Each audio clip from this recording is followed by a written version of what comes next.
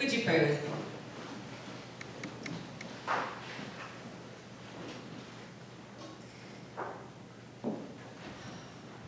Divine essence, fill each of us with the magic and wonder and beauty of this evening, that we might be touched by your grace, by your light, that we might feel burdens lifted, that we might see more clearly, that we might know more deeply the love that permeates all things. And may the words of my mouth, the meditations of each of our hearts, be filled with your wisdom and your insight. Amen.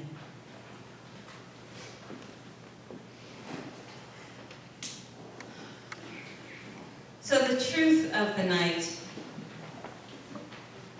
is that while we come because we're celebrating a birth, we celebrate that birth because that child grew up to be an amazing man who brought light to people, is how they put it. It was the only way to say it was through poetry and through metaphor, to explain the healing that he brought to hearts and the hope that he brought to lives, the inclusion and the grace and the acceptance and the understanding, all of it that he brought to people. That's why we celebrate tonight.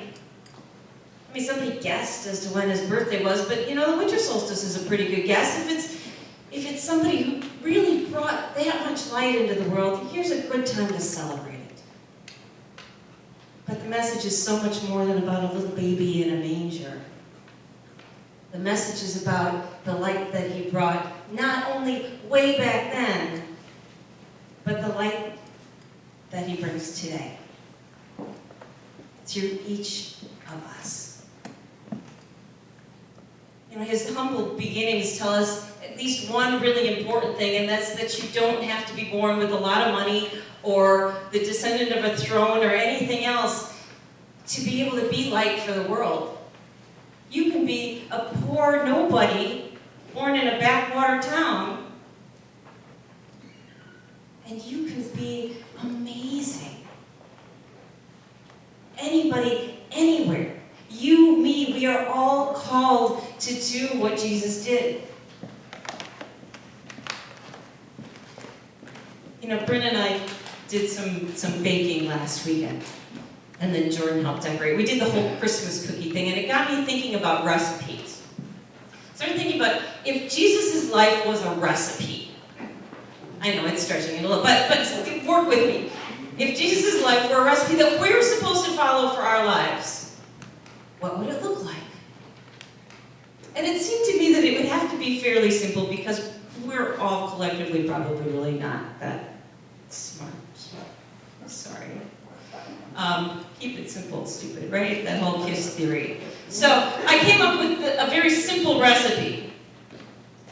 And the recipe is, it's got to be like a handful of love, a whole lot of compassion, and just a little bit of rebellion. Keep in mind that that rebellion has got to be tempered with the love and compassion. Otherwise, you are a rebel without a cause, and you are probably going to get into trouble, right? So, those three things.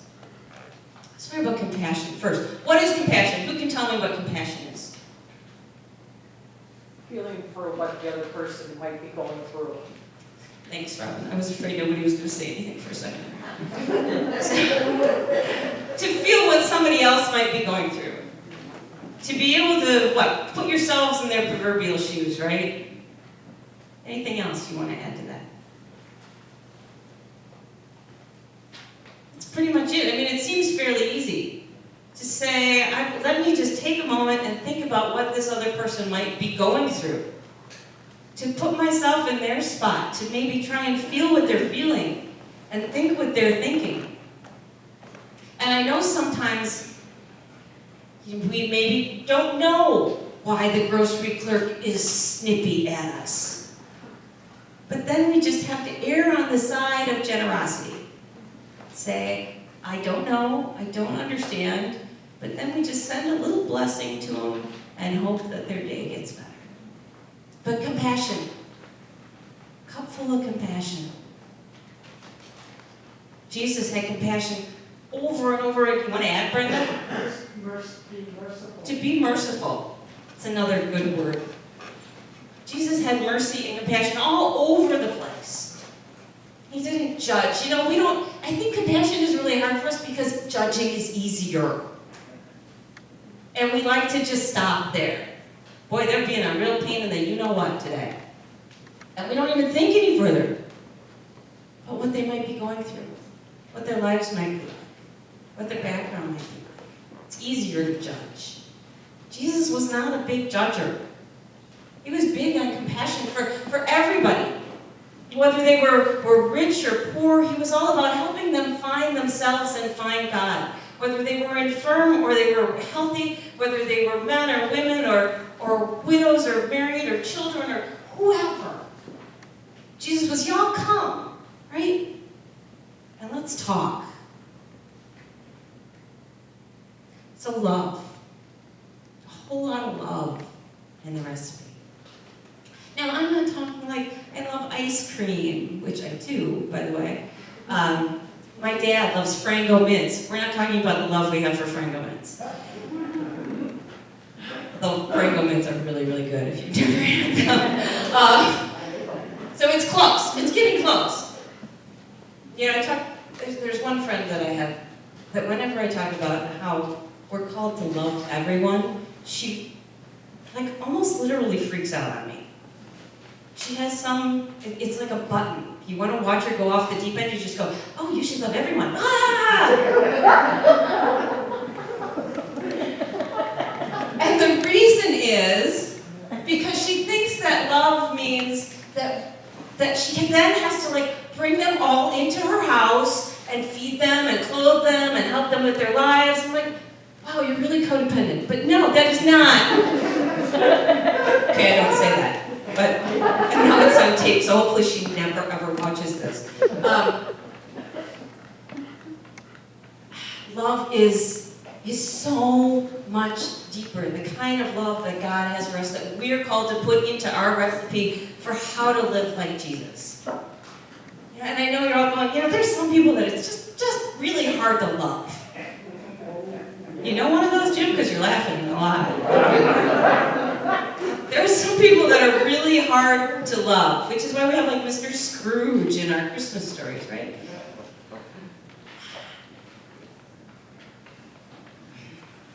Love is deeper than like. Okay? Yeah, there's some people who are hard to like. But love is deeper than that.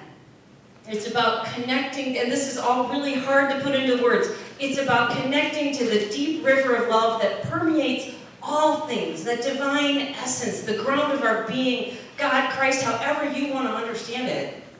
It's about connecting to that in such a way that we know something bigger than us, and we know that we are all one. And when we feel that oneness, it's love. It's pure love. It's pure peace. And there's no denying it. That's the love that Jesus was tapped into. Like he was a little plug in an electric outlet. Just plugged into that love all the time, except for maybe when he turned over the tables in the temple. But that's another story. That's the kind of love that we're called to dig up from inside of us. And the last thing is rebellion. Little bit of rebellion. What exactly does that mean? I'm thinking it's not violent, okay? I'm thinking it's in line with our love and our compassion. It's when the status quo is not serving the highest good of all people anymore, and it's time to stand up and do something about it. It's time to stand up against injustices and inequality. It's time to stand up for yourself if somebody's trying to make you be untrue to you. It's time to have integrity, even if that means bucking the system a little bit. Sometimes a little bit of rebellion is thinking outside of the box, trying something a little different, risking a little bit to grow and to change and to evolve. So compassion, love, and a little bit of rebellion. Jesus had that little bit of rebellion. He rebelled against the government back then, against oppression. He rebelled against the Jewish authorities, the hierarchy, because, well, they weren't really about compassion and love. He rebelled against some of the Jewish laws because they didn't serve the people. So those three things. Christmas is about stories. So I've got 2 Christmas stories that are about those 3 things. Compassion and love and a little bit of rebellion. So listen. The first story comes out of a newsletter from Amnesty International. Long time ago, 1996. Everybody know what Amnesty International is? They're an organization that across the world works to end human abuse and they promote human rights across the world and in many, many different places and ways. So this story was about a man by the name of Constantino Coronel in Uruguay. He'd been a prisoner for years in a little tiny cell. The only human contact he had was with his torturers. He said he didn't experience a human glance. So no one looked at him for 2.5 years. He didn't see a green leaf in 2.5 years. He sat in a cell with cockroaches and mice. And the only little bit of daylight he saw was through a crack at the top of the wall. 8 months of that he was tied hand and foot.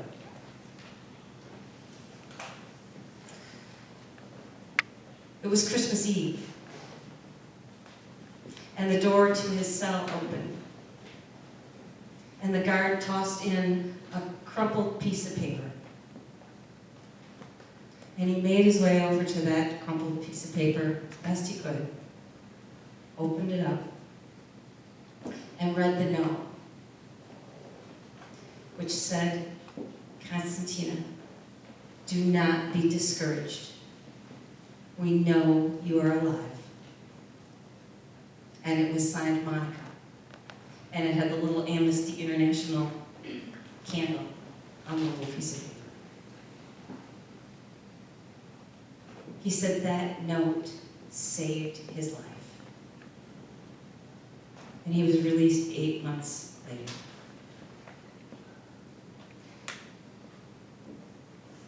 But the recipe it took to do that was just as simple as the recipe I gave you tonight. It was someone somewhere that he didn't even know who was able to put themselves in the position of a prisoner and want their release, want justice and hope for them. And so they managed a way to get a message of hope in. And God bless that guard who risked probably a whole heck of a lot to toss a simple note into the cell. Probably risked his own life. Those 3 things. It doesn't take anything monumental for us to do little things like that. We don't have to be extraordinary. We just have to be our ordinary selves caring with compassion and love. So the second story was written by a man by the name of Joseph Leahy. And he wrote a story about his childhood and how when he was small, he had a weird bone disease that settled in his spine. And they said the only cure for it was rest and being immobile. So they strapped him to a board.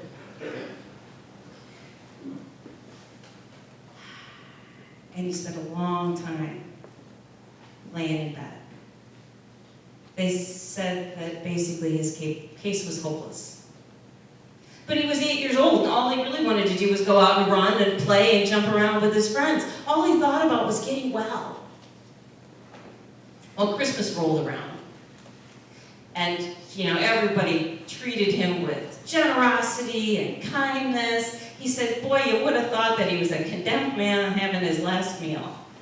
There was a Christmas tree in his room and piles of presents at the foot of his bed. He said, all of those presents were for a kid who was stuck in bed. They were stuffed animals and books and a checkers game. And then there was his Uncle Bob. Uncle Bob was a bit of a black sheep. A little bit of a drinker, a little bit of a gambler, always doing something a little crazy and outrageous. Uncle Bob gave him a present that Christmas that he would never, ever forget. He gave him a pair of roller skates. So Joey's parents were not very pleased. What do you think you're doing? Giving this kid maybe false hope. This is something he may never use. Oh my gosh, Bob, you did it again. But Joey said that of all the gifts he got, that was the best one. Because it was the only one for when he got well.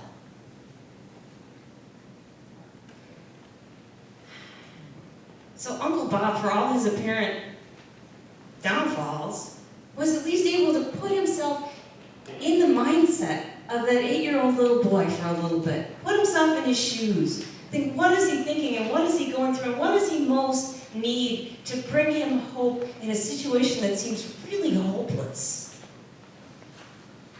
And so he did something that was maybe a little bit crazy, maybe a little bit more black sheepish. He got on those roller skates even though he knew Mom and Dad probably weren't going to be very happy about it. I'd like to think that if I were in that situation, I would have the wherewithal to be an Uncle Bob like that. And I don't know that I would. I don't know that I wouldn't have erred on the side of giving the kid something he can use in bed. And that kind of makes me sad when I think about that. And it reminds me that I need to do a little better at putting myself in other people's shoes. I'm thinking about what might be going on with them.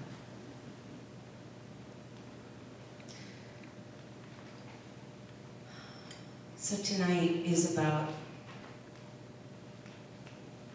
all of us taking in that light. It's about all of us remembering to be compassionate and loving and help to heal a broken world. Yeah, Jesus was awesome and gave us an amazing example to live by, a great recipe to make for our lives. But we still have to do it. We still have to think about it and work at it.